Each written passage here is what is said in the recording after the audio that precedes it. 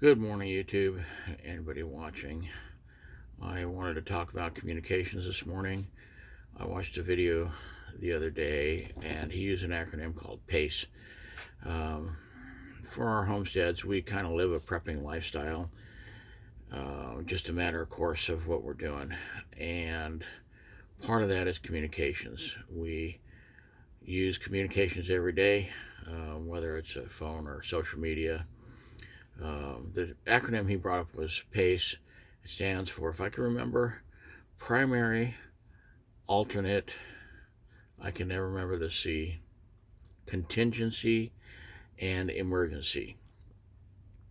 His list is a little bit different than mine, but this allows for redundant systems so that you can have communications no matter what's going on. P is primary.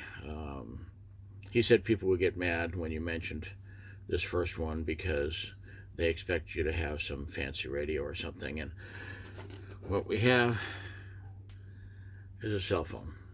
Okay? Use a cell phone every day. Everybody carries it in their pockets. They take it with them wherever they go. Their face is always stuffed in it. Well, that's how everybody talks now. You're not going to go call grandma, tell her to come over for pancakes on a radio. You're going to use your telephone. Under normal circumstances, cell phones are great. One hook to the wall would be the same way. Primary source communications. I can include in that probably social media because everybody's on Facebook and blah, blah, blah, blah, blah. Oh, there goes the air conditioner. Hopefully you can still hear. Yeah, I'm in Yuma still, and it's a little bit warm here. That fire right there is actually just my TV.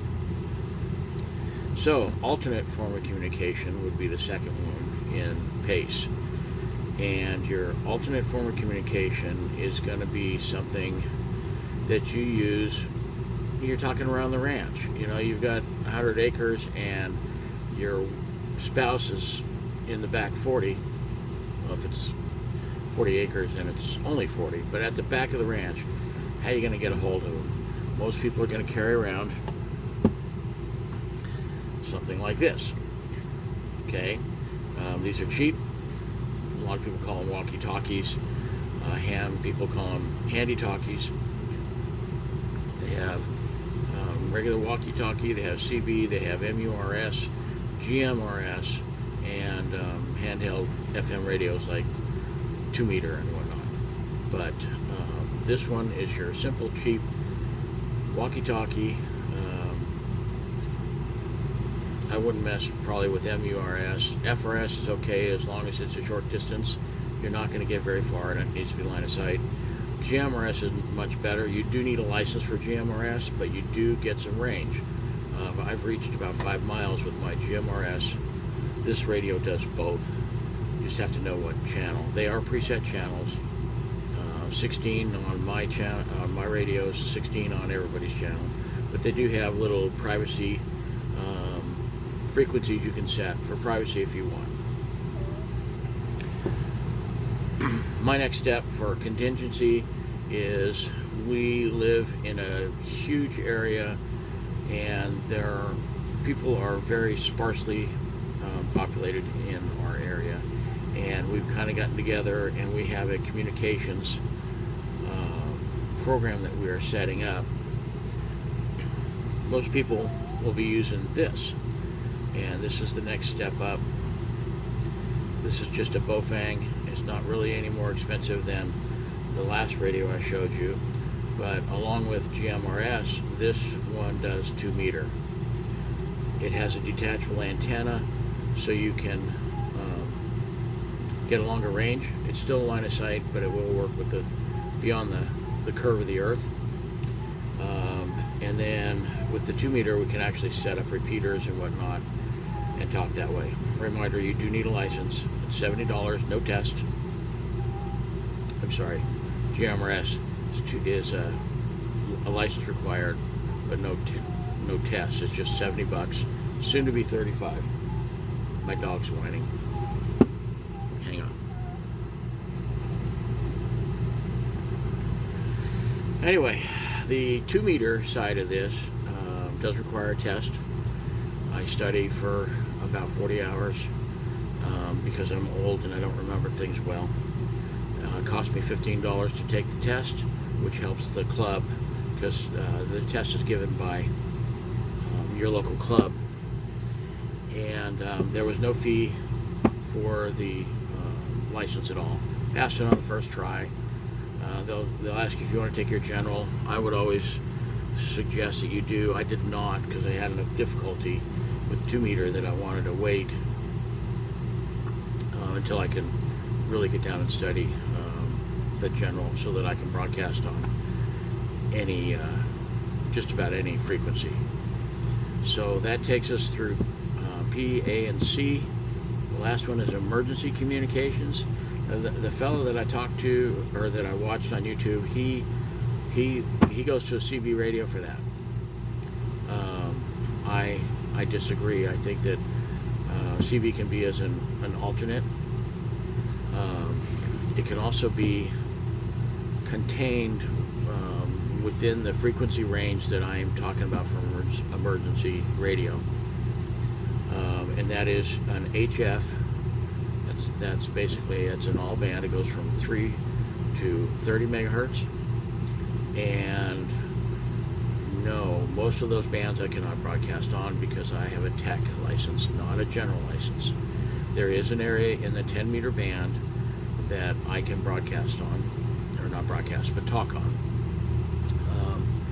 And I can listen to shortwave from all over the world. Okay, shortwave is down in the lower end of that, and as long as you have a decent antenna out there, you can listen to shortwave on it. Also, CB bands are in the upper end of that before 30, and so you can use that for reaching out on your CB. I think it's a great emergency radio because in a true emergency situation, I could broadcast on that, on any frequency that I can get out on. The main thing in a true emergency would be getting information. The 2-meter under contingency, I can get local information. The HF, I'm over in the west side of the country in the desert, and I can find out what's going on in New York City, Tennessee, Florida. I can find out what's going on in Australia or Italy, or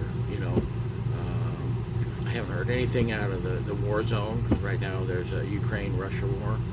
Haven't been able to hear anything out of there, but I don't have my CB, or I don't have my antenna set up correctly for that. So that's why I would add that. Once again, I'm going to say that I'm not gearing this channel towards preparedness. It's towards homesteading. It's being off-grid, being self-sufficient. After you pay for the radio, there's no cost, so that's not going to be a problem. Your cell phone is an ongoing cost. There's no way you can be self-sufficient on your cell phone. But the lifestyle demands a certain amount of the preparedness mindset, if you will. And I'll have future videos about some of these subjects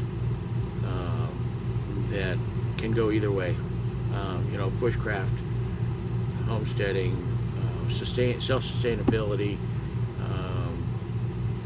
trying to use a little permaculture to help repair the land that I live on.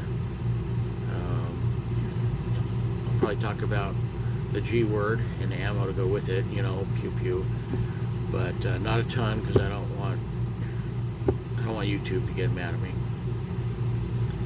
So anyway, I'm just about out of time on I'm trying to keep it to 10 minutes today.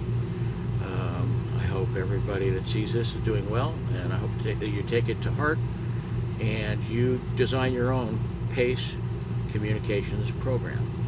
I'd look forward to any comments about what you do to take care of communications, depending on what is going on. Thanks again for watching. Yahweh is good. Yahweh is his real name. Yeshua is Jesus' real name. And one day he'll come back and we won't have to worry about any of this. Thank you and goodbye.